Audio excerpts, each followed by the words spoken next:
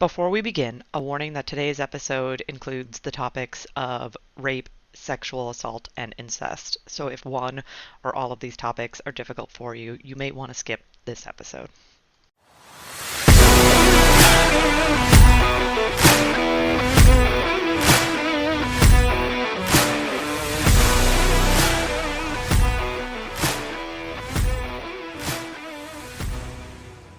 Welcome back to Who Are You, a CSI podcast. I am Lauren, and I have seen CSI through and through about 3 to 4 times. And I'm Nick, and we're working our way through the first time seeing the series. And today we are reviewing Season 1, Episode 7, Blood Drops. Director is Kenneth Fink. Writers are Anthony E. Zeiker, Ann Donahue, and Elizabeth Devine. Original air date was November 17th, 2000. So we open up. We start with a strip again. Crazy, I know, but we open up with a strip. I don't recall how many times I've mentioned this so far in the podcast, but I have alluded to this notion of going back and rating all of the opening scenes for how much Vegas they have. I have done this, and I have an official Vegas scoring method. I don't go into the method, but it in theory we can rank from 1 to 5. Okay. The highest scoring episode so far is episode 2. Which, just to show you some of the metrics involved, there's 24 seconds and 11 scenes of the Vegas Strip in episode 2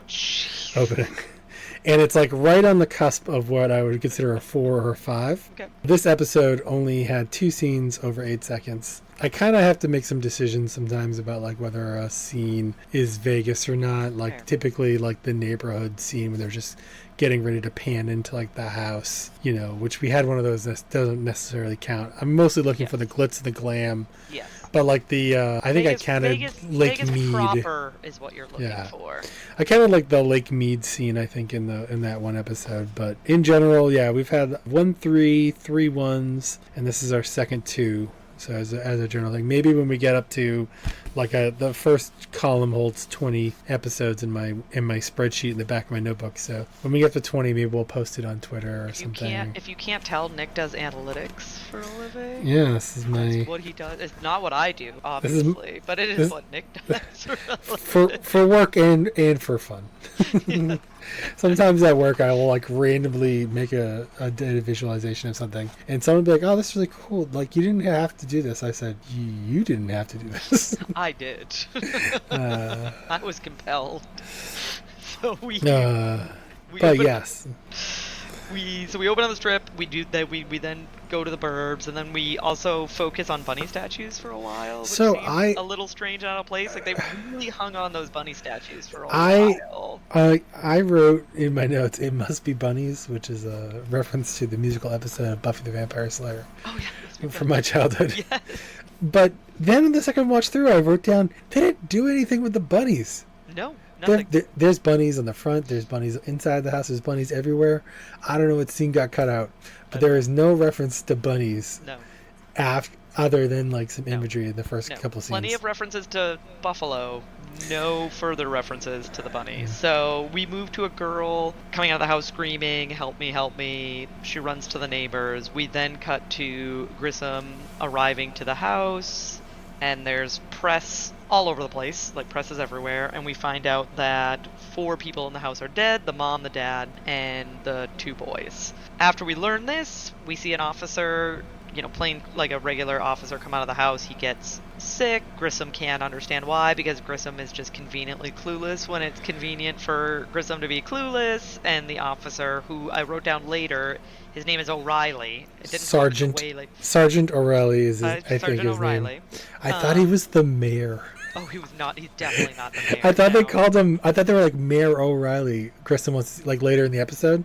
Yeah. And then I ended up being like, then there was the actual mayor, or reference to the actual mayor in the episode. And you were like, so then I had to like go back and re-listen to that scene, and I decided they called him Sergeant O'Reilly. Okay, so I might be wrong. So Sergeant O'Reilly has to tell Grissom that it's because of what the officer witnessed. He saw the crime scene in the house, and that's what caused him to get sick. We cut to credits.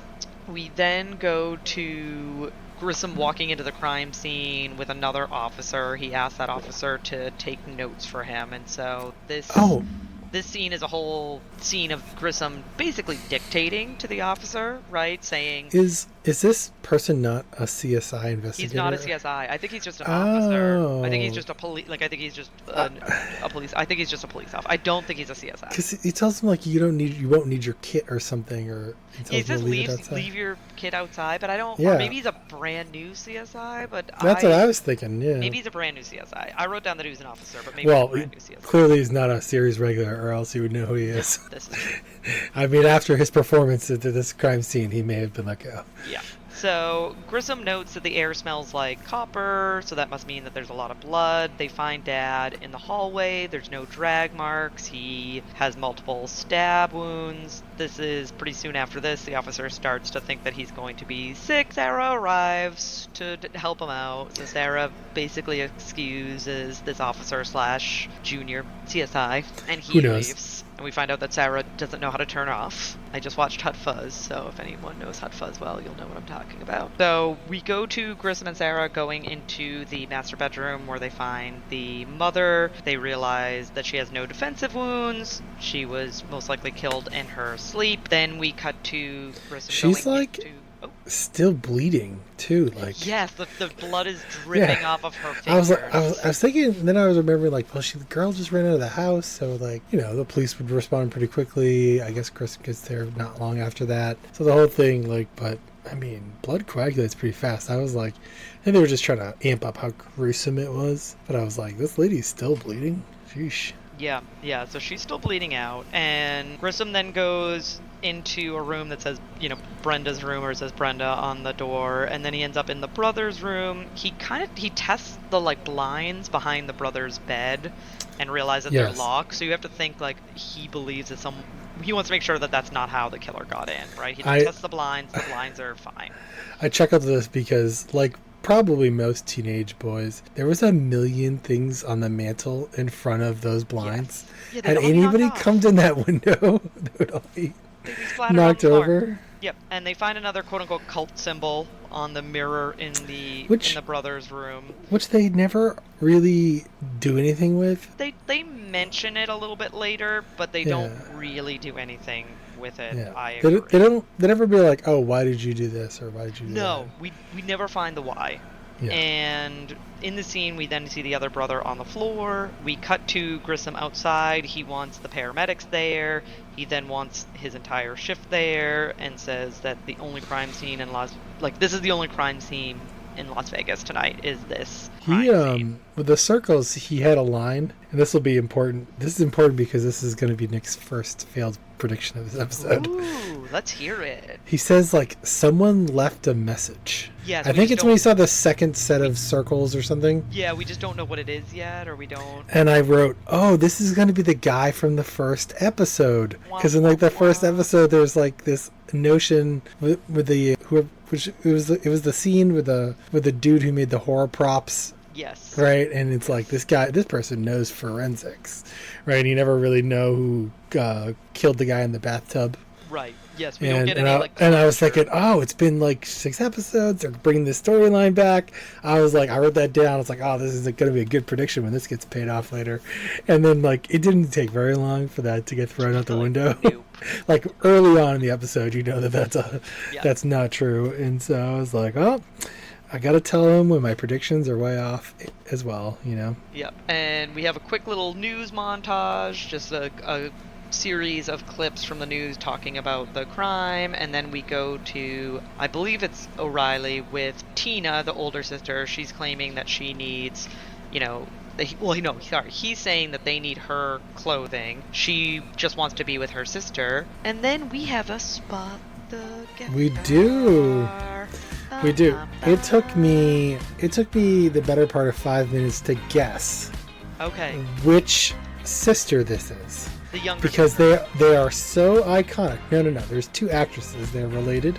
Oh, okay. They are sisters. Okay. So there's Dakota Fanning and Yes. Elle Fanning. And I was trying to figure out based Which on one? the timing. I thought Dakota Fanning was going to be too old to be this girl. But then there was like the second time you saw her, I went, no, this is 1,000% Dakota Fanning. I don't know what movies I've seen her in, but nobody has like the look that girl has. She does have a very specific obvious. eye shape to face shape. ratio and Yes. the color of the eyes and Yes. Yeah, I So was this is like- Dakota Fanning is the younger sister, Brenda. Yep. And Grissom talks to Brenda. He's asking her, did anyone come in? Did you see anybody tonight? And her only response is the buffalo. And Grissom really can't pry any further details out of her about the buffalo. She just says the buffalo, and that's she And then gives up. all I could think of about at this point was Silence of the Lambs, because it's like Buffalo Bill. Oh, Buffalo Bill, yeah. Yeah. All right. We move to Grissom talking to the team. He's telling them, don't do any interviews. Also, don't talk to the sheriff. We then go to Grissom in the kitchen. It's the only room that has no blood in it. They find a knife missing from the drawer. So that leads Grissom and O'Reilly to believe that the suspect has been in the house before, and then Grissom lifts some footprints. We then go to Grissom talking to the paramedics, and we realize that both of them were in the kitchen because it's their footprints in the kitchen that Grissom was able to pull up. He didn't get any other full footprints other than the ones belonging to the paramedics. So Grissom ends up talking to the sheriff. The sheriff wants information. Grissom doesn't have any information for him. He says, as soon as I have something, you'll have something. And the sheriff wants him to be more like Eckley, who runs the day shift. Well, you knew that at this point, but I wrote down my notebook, who is Conrad Eckley? Yeah, I knew that, yeah. Because I have no idea. He runs the day shift. Also, something that you found out not too much longer. Yes, they then Afterwards, yeah. they do reveal it a little bit later in the episode. I was like, they're really talking about this person. Like, I should know who he is. Yeah, you were like, this they're guy, saying his name this is gonna, seriously. This is going to be a big, important character. He actually is. He stays on the show, I think, through basically the end of the show.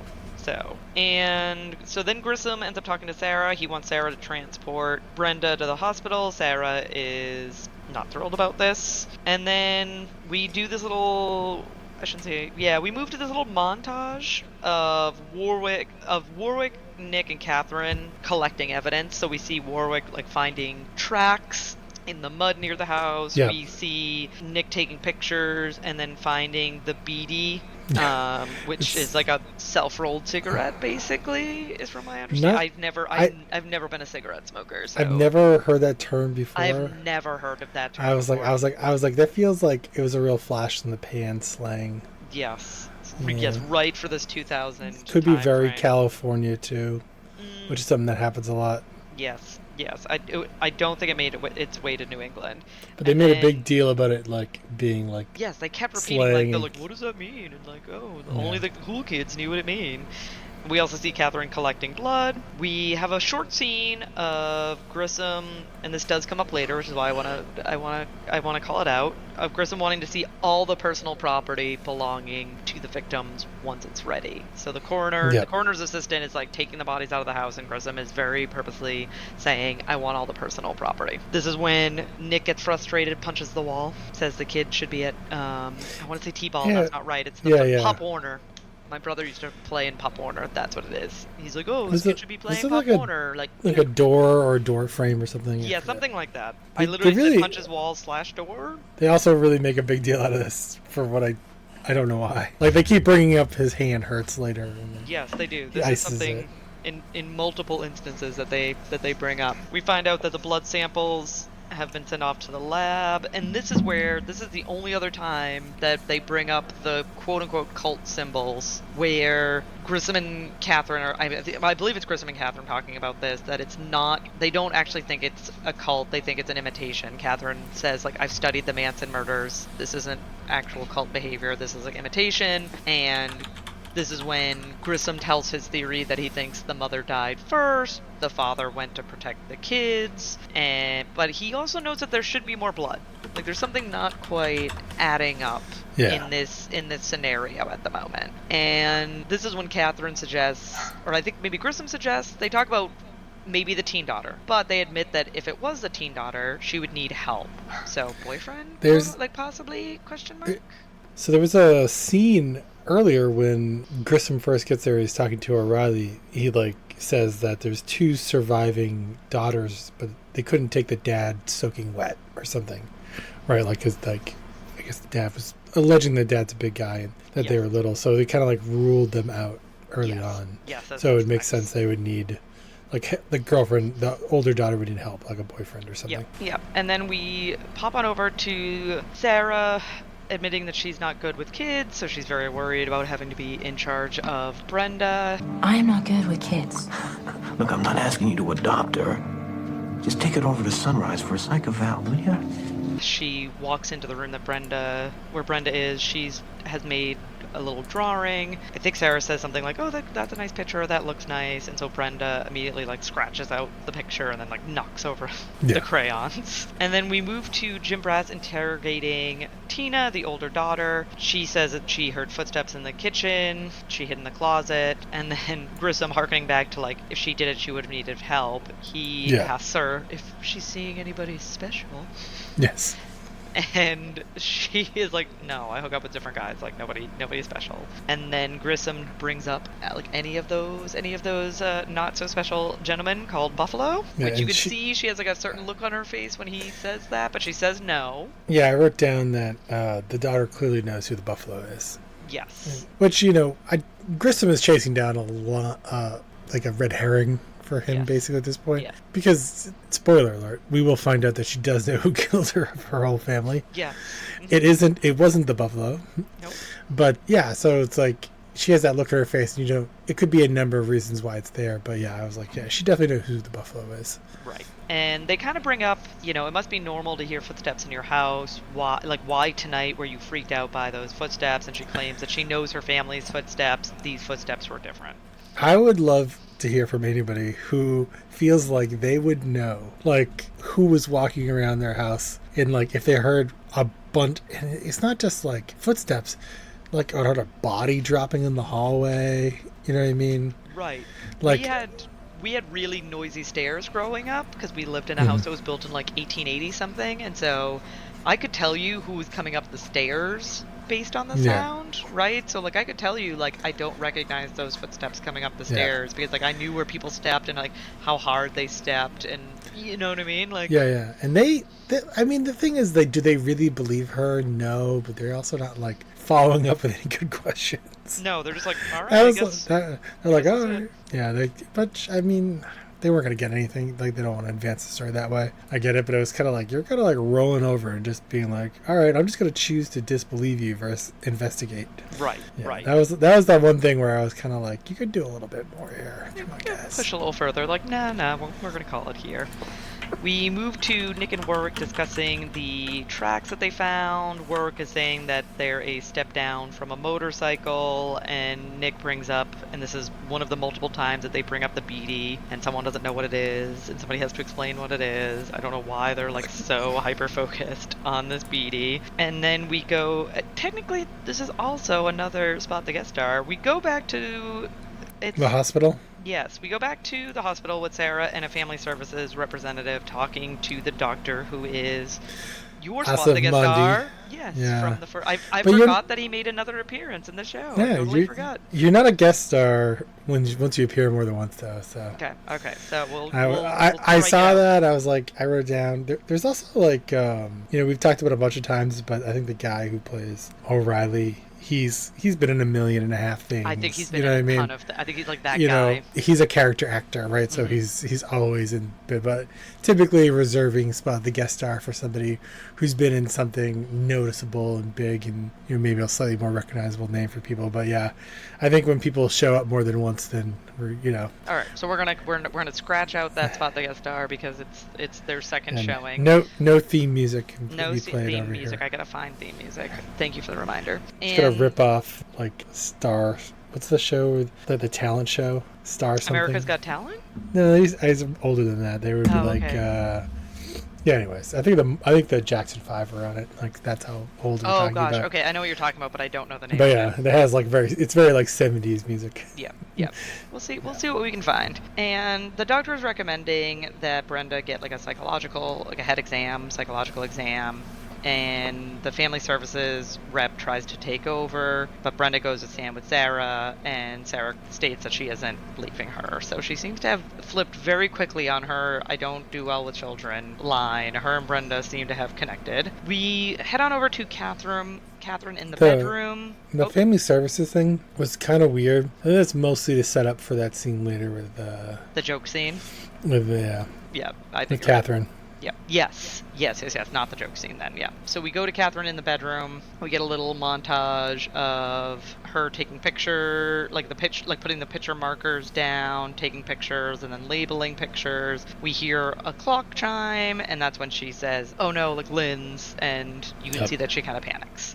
I love the use of transparent film here. That's probably legit all they would be doing at this time, but probably in modern day it would all be like iPads and it would all be digital and things like that. But it's like a real solid tool for writing something out, erasing it, and just overlaying it over something over and over again. And I was like, oh yeah, I forgot about that. People used to use that for stuff all the time. Yep. Oh yeah. But yeah, little plastic transparent overlays. Yep, so we go to Grissom and Warwick. We find out that the treads that were found at the scene belong to a 93 Honda scooter, which is our, what's the segment called? Our... Product placement? Product placement. Our product placement of the episode. Is that product placement? I mean, a 93 Honda scooter would be a old, 7-year-old scooter by then. Yeah. Yeah. I was trying to see if I was flipping back in my notes trying to see if I had a name for this section. But yeah, it is a product that they named, but there really wasn't like an overt. Like, no, hey, we never spoiler alert, we never see it fully assembled. Yes, that's true. We don't get to see it in pristine condition. Not the best ad. No. Maybe it's bunny sculptures. That's our product placement. Yes, that's our product placement. Bunny sculptures for your garden. So Warwick lets Grissom know that a kid 4 blocks from the scene has one, and this is when we also learn from Grissom that there was no blood on Tina's clothing. So you would think that someone who is worried about her family would physically check on them and have some blood transfer, but there's absolutely no blood on her clothing. Yeah, they bring up that she like has, basically, right? Or like she's claiming that she's hugged her mom or something at one point. Yeah, something along those lines. Yeah. But there's no blood on her clothing, which seems to not corroborate that. So we head to Catherine arriving at home. She's looking for Lindsay. We find out that Eddie picked her up from dance, and he's giving her the hey, don't worry about it, my kid too, and then I'm also going to give you a massage even though we're not on the best of terms, and can I feed you pancakes? Creepy. Super creepy. And then Catherine gets a page from Grissom, and then she calls him back, and Grissom is calling her back into the scene. So we then have a short scene between Grissom and Eckley in the hallway, where Eckley is trying to say that there's a competition between the teams. Grissom doesn't tend to agree, other than that they beat them in softball, but he doesn't think that in a work environment that there should be a competition between the day shift and the night shift. I'm trying to think, I don't know if Sarah was around for the softball tournament. I would think not, unless it was very recent. Xander, not really a sports guy. Sure, Nick, Warwick, they're pretty athletic. Catherine could probably hold her own pretty well. But I was like, who else? The old corner dude? You think he's teeing it up? Robin. Xander, he doesn't look like he's that coordinated. Sanders. Sanders, sorry. Sanders.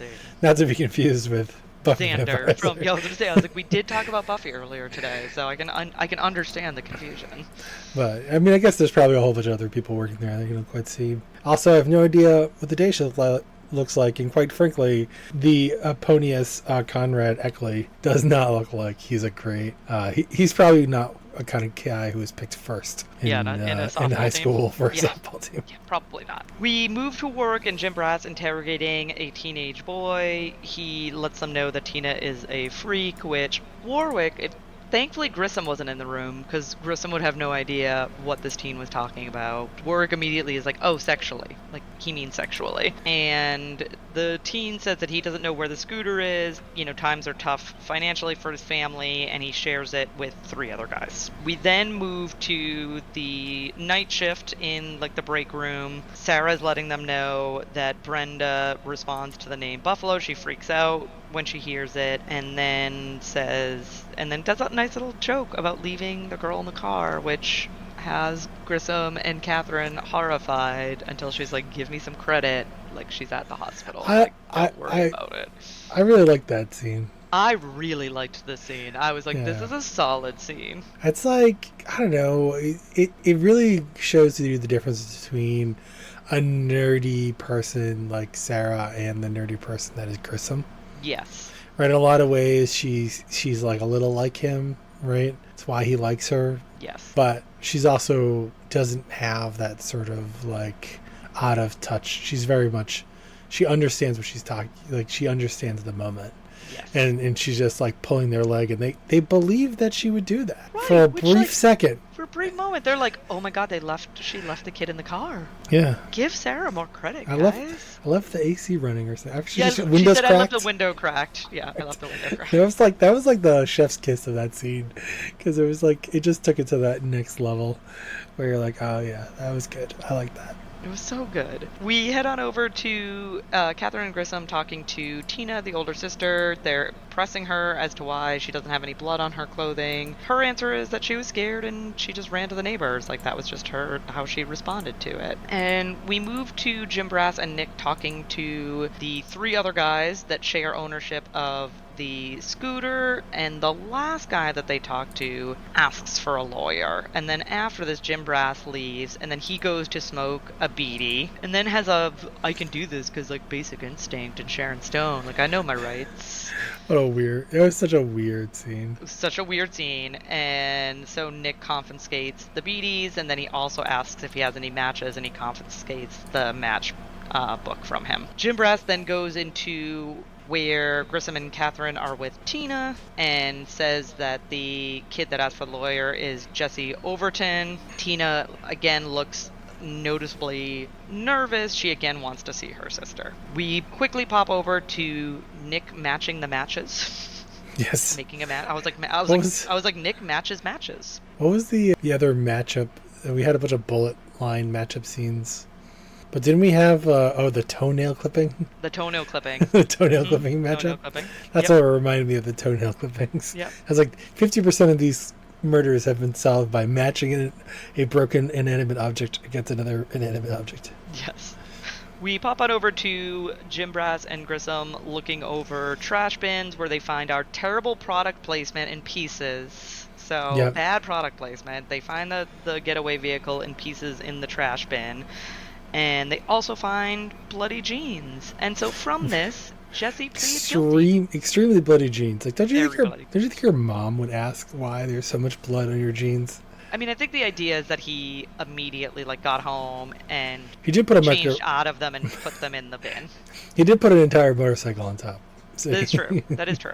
So Also, he pleads guilty. my dad might get a little angry when he goes to bring the trash out, Yeah, man. and there's not enough room because there's an entire functional motorcycle in the trash. Yeah, in there.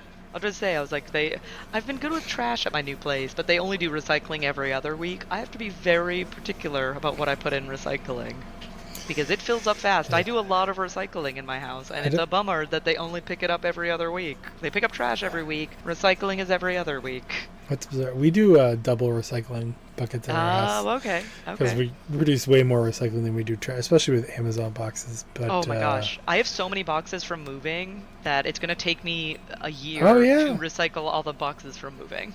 we can do actually extra cardboard. So if Oh, you can ever you? if you ever come to my house, if you want to pre-bundle some cardboard, All right, maybe I will. We'll happily just drop it on our street side. Okay. All right. I might take you up on that actually. But I guess I'll bring it over. I'll bring it over as my gift for the pig roast. No, I'll bring There you over go. buffalo chicken dip for the pig roast. Nice. One thing to note is that maybe when you're throwing away a motorcycle in the trash bin is that this is probably a simpler time before you had to pay for all the extra trash you produced. Yes. And towns Yes. didn't have the $1 per Yep. bag Yep. thing. Yep. which I respect and is actually quite a good practice. But I grew up in the city of Boston, and you could throw anything away. And when we moved out of our house, for like 4 weeks in a row, we filled up our entire curb 60-80 feet with just Stuff. furniture, because it wasn't just the stuff from our house. We had all the stuff from my mom's house from when she Right. passed away, Yep. stashed in our basement. Yep. So, and my dad like tipped those trash guys like $40 a week in cash because it would take them 25 minutes to load up. Yeah, to load it And all up. and I can only imagine it takes up like half the dumpster. They Right, so probably they're have to like, go cool, back and yeah. get rid of their trash at some point because Yeah, of our come house. back. So, but you give them some money and they're not going to complain or tell anybody. All the fun adult things that we have going on in our lives. Yeah. So Jesse pleads guilty. He ends up taking a lie detector. Oh. I want to talk about this. Oh. This is very abrupt. Yes. They're investigating this guy. We got some bloody Immediately jeans. guilty. All right, we're putting the evidence together. Cut. He's pleading guilty. He just wants to avoid the death penalty. He's taking a lie detector. We're gonna keep following. And like, I'm looking at the clock. There's like 20 minutes left in this episode. You're like, what is happening? I was like, what an abrupt transition. This also like reminds me of like one of those things. Was this supposed to be 2 episodes? They crammed it into one. I don't really know. I literally wrote down, this kid is admitting the crime. WTF. Yes. He immediately caves. They find the Honda scooter and they find the bloody jeans and he's like, yep, I did it. Like, I'm not gonna, no fight for me. So during the lie detector, he admits that Tina approached him about killing her family. He admits to killing the family. We see some cuts between the reenactment and Jesse taking the lie detector test, but he seems a little strange about the part of the test where they ask, like, why? Yes. Right? Like, did you kill them so that you and Tina could be together? And you can see a noticeable pause, and he's like, yes. And so Jim McGrath comes out and says, he was truthful about everything other than the why. He like, the spikes were not consistent. He is lying about the why. And I noted down, and I think that you're going to agree with me here. Grissom suddenly cares about the why. Yeah. Suddenly, Grissom really cares about the why. Didn't care about the why in all the earlier episodes. It's very much like, we don't care about the why, we just care about the facts, and we just care about getting the killer. And now suddenly he's like, no, we need to know why this happened. I was expecting, I didn't have a lot of time to think about it, but I was reflecting on Catherine and Nick in the other episode. Yes, where she two says, women, like, this isn't over, we got to figure out the why. I thought there was going to be a whole thing briefly with Grissom and Catherine where like she was going to be the one who wanted to figure out the why, right? And like Sarah would be on her side because Sarah's made a bond with Brenda, right? And Nick, and and then it would have been like and then like also tying back to that Grissom isn't always right thing, but no, Grissom was just on team. Suddenly Grissom Grissom's character is whatever advances the plot so far this season. Yep, so we then go to, speaking of Grissom, we go to Grissom at the morgue. He's talking to Doc Robbins, and Doc Robbins says that he gave the evidence, like the personal effects of the family, to Eckley. So Grissom confronts Eckley. They have a bit of a back and forth. Eckley tells him where the evidence is. As Grissom is looking at the evidence, he ends up cleaning a necklace that has a buffalo on it. Bum, yep. Bum, bum. Which, didn't they show us that once already? No. The cut scene, the reenactment that shows this is later. Immediately It's pretty soon after this, yep. And so Grissom talks to Sarah and asks if they've checked for sexual abuse on Brenda, which Sarah says no, like they had no reason to do that. And so Grissom asks her to take some pictures. So Sarah takes ultraviolet pictures of Brenda, and I said, like, good for Sarah about, like, being all about consent. Again, I know this is a very different consent conversation, but she's being very considerate of Brenda, even though Brenda's a very young child, and walking her through, like, hey, this is what I'm going to do. Is it okay if I do this? And, like, here, I'll take a picture of me first, and then can I take a picture of you? And I was like, good for you, Sarah. And showing she is pretty good with kids. Showing she's pretty good with kids, right? She's like getting to their level and, understanding that this might be a scary experience for Brenda, so being willing to take a picture of herself to show Brenda that it's not scary, and make her feel more comfortable. So yeah, Sarah definitely comes out of this looking like she's much better with kids than she thinks she is. So we move on over to Catherine doing the blood mapping. She's kind of like at the board piecing this all together, and she's walking through the steps like, okay, killer like killed the mother, dad goes to protect the daughter, see, and then kind of trails off, is kind of like, wait a second, like this doesn't make sense. We didn't talk about this, but I don't have it written down. I think that's part of why, but I felt like it was pretty obvious early on that they had the order of events wrong. This whole mom was killed first, and then dad got out of bed and ran to Brenda's room. I didn't really want to like jump ahead in the plot, but I was like very early on like, well, look, clearly that's not what happened. Right. And I didn't really know. But I never really figured out the why. I actually didn't do a great job of figuring out the why until like after the lie detector scene. After the and it was like, well, there's really only one answer to this question. Also, we've already ruled out the murder as being the buffalo. Yes. And so it was and so I think I was like kind of in shock. There was like this big gap in when I took notes. So, I guess in some ways kudos to the story, but yeah, the Catherine scene, I was like, oh yeah, finally they're going to settle this fact that like you would never enter the bedroom with like the mom and the dad and stab the mom first. Right. You would take out the biggest threat first. Yeah. Well, especially since they already said the dad was like a big guy. Right. That would be difficult to take down or in the episode. Right. So I didn't really want to like jump into that earlier, but yeah, now they're going through the scene. Now they're playing it out, and it's sort of like bringing together all the sort of question marks, which what do they call them, like closing the gaps or something. Yes. Yeah. And so we see a reenactment of the father leaving Brenda's room. So instead of like running to Brenda's room, we see a reenactment of him leaving the room and getting stabbed, and then the blood drops coming from the knife, walking away from the stabbing. And that's what caused the blood drops, not that he got stabbed and then went to Brenda's room. As she's investigating the blood, Ted with Family Services shows up, and this is what you were referring to earlier. He lets her know that he's there inquiring about Lindsay because her husband, I guess they're not divorced. Because Grissom was saying ex-husband, and then he was like, oh, your husband. So I was like, maybe they're not officially, maybe they're separated but not divorced. So he says, your husband says that you routinely neglect her, and basically there's a case open, you're on watch. Like, you know what's up. Eddie, you've been really creepy, but this is not how you get inside and like get a woman to fall back in love with you. Is to back her into a corner and try to steal her child from her. Bad strategy, Eddie. I was like, you have basically apparently given up. Yeah, no, he's just going to go full revenge versus hoping to reconcile. So after this, Catherine calls Grissom, tells him that something is off in like the map that she did of the blood drops, and that the droplet actually shows that he was leaving Brenda's bedroom and that he was actually killed first, not the mother. So as you were saying, the kind of order of events was incorrect initially. Now they're correcting that. We go to Sarah and Grissom processing the photos taken of Brenda, and they show Brenda all bruised. Yep. And I don't think we need to go into specifics about like what this actually means. Sexual assault most certainly happened to this little girl. So, and they do a good like transition here, right, where they're like developing one photo, then they sort of cut to having a conversation. I cannot remember her name. The older Tina. Yeah, they cut to having a conversation with Tina, showing the pictures, which I think is a great primer to sort of emotionally charge the scene in terms of what's coming next. But I just want to say before you reveal anything, I have literally wrote down in my notebook, did not see that coming.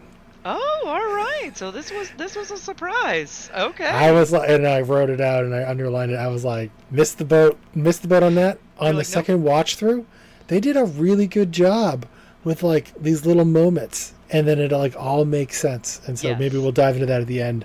But it was one of those things, again, because I felt this was such a good twist, I didn't want to like jump ahead. Yeah, too far ahead. Even though, again, spoiler-free podcast. Spoiler alert, this episode came out in 2000. You've had plenty of time to watch it, and you should probably watch it before listening to this episode. I have not had plenty of time to watch it. That is true. But I still have watched it before we record these episodes. This is also true. So you should too. You should too. Yes. If Nick can do it, you can do it. So as Nick mentioned, there's a very interesting cut where they're processing the photos, and then we see the photos being shown to Tina as Grissom and Jim Brass are talking to her.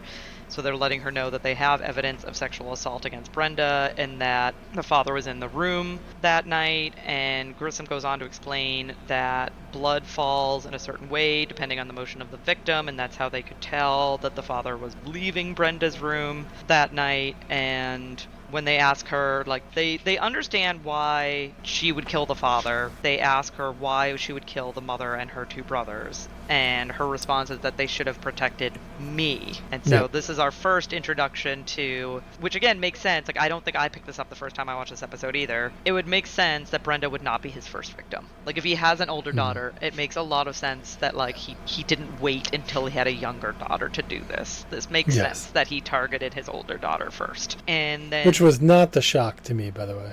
The shock Just is to be clear. I'm guessing the shock is the next line where she admits that she was able to deal with it, she could handle it, but when he went for her daughter, that was when the line was crossed. Yeah, I was like, oh my god, because I kind of assumed Tina was probably like molested. Yeah. Now she's seeing her sister happen to her sister. I never once thought about the implication of it could be her daughter. And then I think like when they go to like all the different boys and they've all, so they're sort of like playing into that stereotype of, which is not really fair, but no, the women who are molested by their parents are somehow like less, reserved sexually or something. Right. Yeah, so they did a good job with, I think, like having Brenda's character, like you should have known that something was up with her. But the fact that, Tina's character, the fact that Brenda was her daughter, I think that was like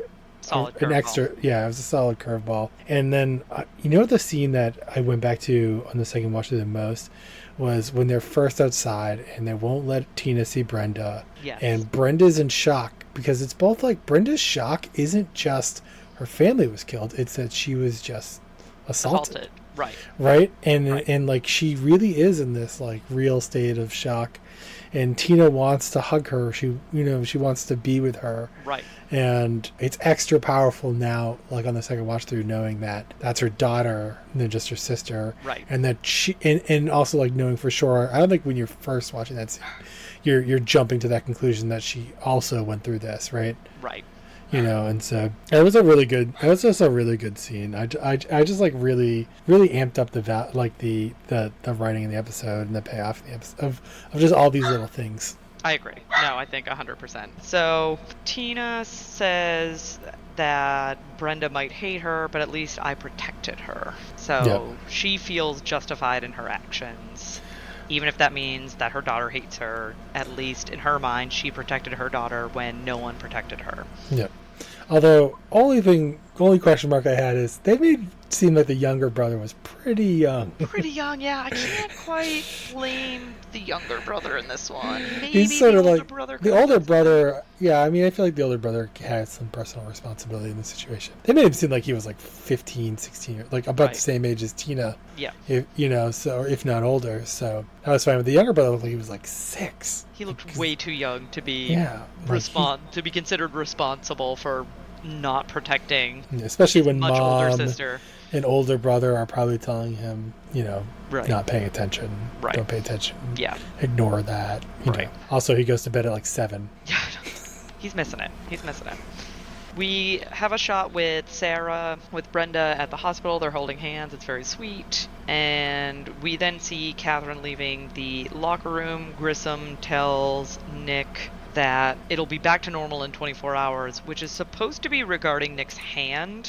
Yes. But then we move to a scene where Grissom stops and does a crossword and seems to be back to normal after this horrific case. Yeah. And Warwick walks by and like looks in like approvingly, like, oh gosh darn that Grissom, like doing his crossword puzzles. I was trying to pay attention on the second watch through. Was that crossword puzzle Eckley's crossword puzzle? Probably. That he was finishing? I think that's what it was supposed to be. Right, and so it was supposed to be more like sticking it to Eckley than anything else. Yeah. But yeah, it's like, I was like, I guess this is a genius level crossword puzzle solver. Yes. Yeah.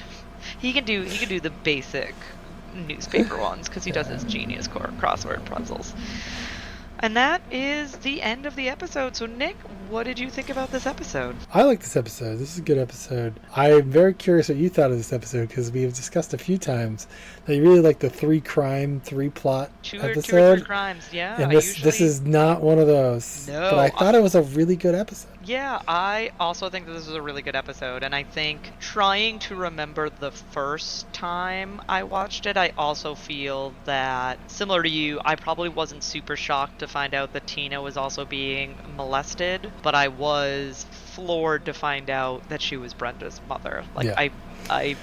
I'm fairly certain that I was like, oh wow, That I would- did not see that coming. Like that like really shook me. So I kudos was to them. so proud that I could identify Dakota Fanning as like a 5-year-old. She's so young. She's and I itty totally bitty. buried the lead on the greatest prediction I could have ever made in the history of CSI, if I had just figured out that she was Tina's daughter. Yeah. But yeah, even with the weirdness that is like he's confessing, which I still, I said it earlier, and I didn't even have it in my notes. I just thought about it while we were recording, and now I'm sort of doubling down on it. This does feel like maybe it was originally written to be a 2-parter, right? Because you could imagine there being a cliffhanger and then them coming back to that, and then having this big like twist at the end of a 2-parter would be like a real big thing, It does. right? I agree that this episode feels like scenes were cut from it. Yeah. It does feel that we're missing bunnies, scenes that we should the have. circles. Yeah, the bunnies, the circles, it went very quick to we have evidence against this teen to this teen is guilty and he's giving his confession. There was like nothing between that. It just it definitely feels like we're missing some scenes. Did Nick Stokes punch a second wall? And that's why his hand was so in bad shape? Why it hurts so bad? Because he didn't seem to like really punch that door frame all that hard. Like he just gave it a little like. And like, who ices up an injury? Oh, I don't know, 36 hours after it happened. It's probably like 3 hours in what they in the speed in which they operate in this CSI lab. Do you own the DVDs? Do you I have don't. the director's commentary, deleted scenes? We and should look on eBay for them. I would look on eBay for them to see if we can get the commentary. If we have like a in-person watch party, maybe we splurge and get some DVDs or a Blu-ray or something. Is there like a 20th anniversary edition? I don't know. That would be great if there is, though. Check the eBays, or let us know. This is on our social media, guys. This is a very well-rated episode on IMDb, because when I finally committed to my guess for who Spot the Guest Star was, I had to go look it up immediately. That's fair. Yeah, 8.6 out of 10. It's pretty good. And yeah, so if you want to let us know about Blu-rays or DVDs or anything else related to this podcast, you can find us on Facebook at Who Are You: a CSI podcast. We are also on Instagram and Twitter at Who Are You CSI Pod. We are not on Threads yet, but I will most likely be getting us on Threads. So you'll probably see us on Threads soon. We're not there at the moment, but we'll probably be there because we already have an Instagram account, so we might as well.